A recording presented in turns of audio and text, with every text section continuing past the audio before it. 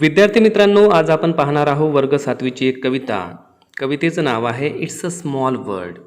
म्हणजे हे जे जग आहे ते कसं आहे, खूप छोटं आहे. इट्स अ स्मॉल वर्ल्ड, हे जग फार छोटं आहे. सर्वप्रथम आपण या कवितेचं वाचन करू किंवा या कवितेला कसं गायन करायचं ते आपण बघूया. बघा, या कवितेची चाल पाहूया. It's a world of laughter, a world of tears. It's a world of hopes and a world of fears. There's so much that we share that it's time we are aware. It's a small world after all. It's a small world after all. It's a small world after all. It's a small world after all. It's a small, small world. There is just one moon and one golden sun, and a smile means friendship to everyone. Though the mountains divide and the oceans are wide, it's a small world after all. It's a small world after all. It's a small world after all. It's a small world after all. It's a small, small world. तर विद्यार्थी मित्रांनो, Richard M Sharman आणि Robert बी शर्मन यांनी ही कविता लिहिलेली आहे. कवितेचं नाव आहे it's a small world. आता पाहूयात या कवितेचं explanation. It's a small world. आता हे जग फार छोटं आहे. सुरुवातीच्या लाईनमध्ये कवी म्हणतो की it's a world of laughter. हे जे जग आहे ते हास्यानं भरलेलं आहे. म्हणजे या जगामध्ये हास्य आहे, हसू आहे. अ वर्ल्ड ऑफ टीयर्स. या जगामध्ये ज्याप्रमाणे हास्य आहे, हसू आहे, त्याचप्रमाणे या जगामध्ये टीयर्स आहे. म्हणजे हे जग टीयर्सनं भरलेलं आहे, अश्रूने भरलेलं आहे, म्हणजे दुःख आहे. तिसऱ्या लाईनमध्ये कवी म्हणतो की it's a world of hopes. हे जग आशेवर चालतं, हे जग आशेचं आहे. म्हणजे या जगामध्ये आशा आहे किंवा हे जग आशेवर चालणारं आहे. चौथ्या लाईनमध्ये म्हटलेलं आहे and a world of fears. तर या ठिकाणी हे वर्ल्ड, हे जग कसं आहे, या जगामध्ये भीतीसुद्धा आहे. फियर्स म्हणजे भीती. म्हणजे या जगामध्ये लाफ्टर आहे, हास्य आहे. या जगामध्ये अश्रू आहे म्हणजे हसणं आहे तर रडणंसुद्धा आहे. सुख आहे तर दुःखसुद्धा आहे. आशा आहे आणि सोबतच फियर्स आहे, भीती आहे, निराशा आहे. तर अशा प्रकारे जीवनामधले जे काही सर्व सुख दुःख, आशा निराशा, ह्या सर्व गोष्टींनी भरलेलं हे जग आहे. पुढे कवी म्हणतो की there so much that we share. There so much.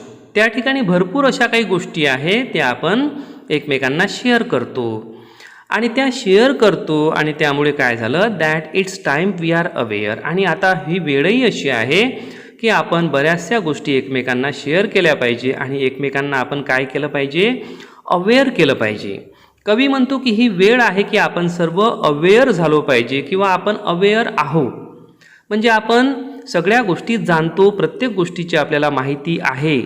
तर ही वेळच अशी आहे की आपल्याला प्रत्येक गोष्टीची माहिती आहे. किंवा कवीला असं सुद्धा म्हणायचं आहे की आपण आज अशी वेळ आलेली आहे की आपण या जगामधल्या बऱ्याचशा गोष्टींची माहिती ठेवली पाहिजे. आणि ती माहिती आपण कशी ठेवू, एकमेकांना आपण त्या गोष्टी शेअर जर केल्या तर प्रत्येकच गोष्टीची माहिती आपल्याला होईल आणि आपण काय बनू, अवेअर बनू. अशी ही आजची वेळ आहे असं कवी या ठिकाणी म्हणतो. It's a small world after all. आणि शेवटी या जगामध्ये सुख आहे, दुःख आहे, टीयर्स आहे, होप्स आहे, फियर्स आहे, सर्व काही आहे, लाफ्टर आहे. परंतु हे जग कसं आहे, स्मॉल आहे. हे जग फार मोठं नाही. It's a small world after all. शेवटी हे जग स्मॉल आहे. शेवटी हे जग स्मॉल आहे. It's a small, small world. हे जग फारच स्मॉल आहे. पुढच्या स्टांजामध्ये कवी म्हणतो there is just one moon. या जगामध्ये एकच मून आहे, एकच मून आहे. यावरून कवीला असं सांगायचं आहे की हे जग फार मोठं नाही. कारण हे जर जग फार मोठं असतं तर या ठिकाणी भरपूर सारे मून असते. म्हणून कवी म्हणतो की there is just one moon. या जगामध्ये फक्त एकच मून आहे. And one golden sun. आणि एकच सन आहे जो गोल्डन आहे, सोनेरी आहे. म्हणजे या जगामध्ये एकच सूर्य आहे, एकच चंद्र आहे. म्हणजे हे जग फार मोठं आहे का? नाही, हे जग फार मोठं नाही, स्मॉल आहे. अँड अ स्माईल मीन्स, आता या ठिकाणी स्माईलचा अर्थ काय आहे कवीच्या दृष्टिकोनातून? कवी म्हणतो स्माईलचा अर्थ आहे फ्रेंडशिप टू एव्हरीवन. स्माईल म्हणजे काय? Smile means friendship to everyone, प्रत्येकासोबत आपली मैत्री असणे. तर ही मैत्री कशाच्या स्वरूपात दिसू शकेल? तर केवळ स्माईल. आपल्या चेहऱ्यावर जर स्माईल असेल किंवा आपण जर प्रत्येकाला स्माईल देत असू तर याचा अर्थ असा आहे की आपण सर्व मित्र आहोत. तर या ठिकाणी स्माईलचा अर्थ आहे friendship. Though the mountains divide and the oceans are wide, it's a small world after all.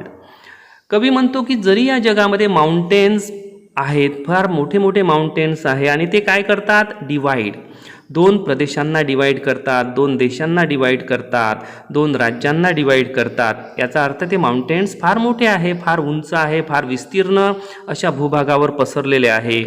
माउंटेनच्या एका भागातला माणूस दुसऱ्या भागामध्ये सहज जाऊ शकत नाही. म्हणजे त्या माउंटेनने काय केलेलं आहे? डिवायडेशन केलेलं आहे लँडचं, प्रदेशांचं, देशांचं. एकीकडचा माणूस दुसरीकडे जाऊ शकत नाही. एवढं असूनसुद्धा कवी म्हणतो की हे जग स्मॉल आहे, फार मोठं नाही, स्मॉल वर्ल्ड आहे. त्यानंतर तो म्हणतो की ओशियन्स आर वाईड, जरीही ओशियन्स हे फार वाईड आहेत, फार विस्तृत अशा पृथ्वीवर पसरलेले आहे, पृथ्वीचा फार मोठा भाग ओशियनने व्यापलेला आहे. एवढं असूनसुद्धा, म्हणजे एवढे मोठे ओशियन्स असूनसुद्धा, एवढे मोठे माउंटेन्स असूनसुद्धा कवी म्हणतो की हे जग कसं आहे? इट्स अ स्मॉल वर्ल्ड, हे जग फारच स्मॉल आहे. पुढे कवी म्हणतो की it's a small world, it's a small world after all, it's a small small world. तर अशा प्रकारे कवीने या ठिकाणी या जगाची एक आपल्याला ओळख करून दिलेली आहे की या जगामध्ये एकच सूर्य आहे, एकच चंद्र आहे. बघा चित्रामध्ये दिसतो आहे चंद्र, एक जहाज दिसते आहे समुद्रामध्ये. तर विचार जर केला तर हे जग फार मोठं आहे, परंतु कवीला या ठिकाणी म्हणायचं आहे की हे जग कितीही मोठं असलं तरी हे जग फार मोठं नाही. कारण हे जग एवढं मोठं आहे, परंतु या संपूर्ण मोठ्या जगाचं, या जगाचं आपल्याला काय काम आहे? आपण या जगामधल्या किती लोकांसोबत संबंध ठेवतो, कोणत्या प्रदेशात जातो? म्हणजे कवीला या ठिकाणी असं म्हणायचं आहे की आपलं गाव, आपली शाळा, आपले आईवडील, आपले नातेवाईक, आपलं कुटुंब आणि आपलं जे विश्व आहे ते फार छोटं आहे. आणि म्हणूनच हे जग कितीही मोठं असलं तरी आपल्यासाठी छोटंच आहे. हे आपल्यासाठी इट्स अ स्मॉल वर्ल्ड. याचा अर्थ काय आहे? Sometimes you meet the same people. आपण बऱ्याचदा काय करतो की सारख्याच लोकांना भेटत असतो आणि तेही कसं? In an unexpected place or find out that they are connected to people you know. आणि असे लोक आपल्याला भेटत असतात की ते आपल्या कनेक्टेड असतात, ते आपल्याला कुठेतरी कनेक्टेड असतात किंवा ते जरी कनेक्टेड नसले तरी त्यांचे कोणीतरी कनेक्टेड असतात आणि अनपेक्षितरित्या हे लोक आपल्याला वारंवार भेटत असतात. The word it's a small word याचा अर्थ आहे are used to show your surprise on such an occasion. आता ज्यावेळेला आपण त्या लोकांना वारंवार भेटतो आणि आपल्याला आश्चर्य होतं की अरे या लोकांना तर मी मागेच भेटलेलो आहे, या लोकांना मी परतही भेटतो आहे, तर याचा अर्थ हे जग फार मोठं नाही. हे जर जग फार मोठं असतं तर मागे मी ज्या लोकांना भेटलो त्या लोकांना मी आज भेटू शकलो नसतो. तर कवी या ठिकाणी म्हणतो की अनएक्सपेक्टेड वेमध्ये, अनएक्सपेक्टेड प्लेसेसला आपण ज्या लोकांना वारंवार भेटतो आणि वारंवार भेटतो म्हणजेच इट्स अ स्मॉल वर्ल्ड, हे जग फार स्मॉल आहे. The words are used to tell us that all human beings are alike. आणि सर्वच ह्युमन बीइंग्स हे अलाइक आहे, एकसारखे आहे, समान आहे. काही त्यांच्यामध्ये फार भिन्नता नाही, काही वेगळेपण नाही, सगळे सारखेच आहे. अशा प्रकारचा एक समानतेचा मेसेजसुद्धा कवीला या कवितेच्या माध्यमातून सांगायचा आहे. तर विद्यार्थी मित्रांनो, तुम्हाला ही कविता समजली असेल. वर्ग 10वा वर्ग 12वीच्या इंग्रजी कंटेंटसाठी, लेसन्ससाठी, पोयमसाठी आपण मॉरल इंग्लिश गुरु या चॅनलला नक्की भेट द्या. थँक्यू.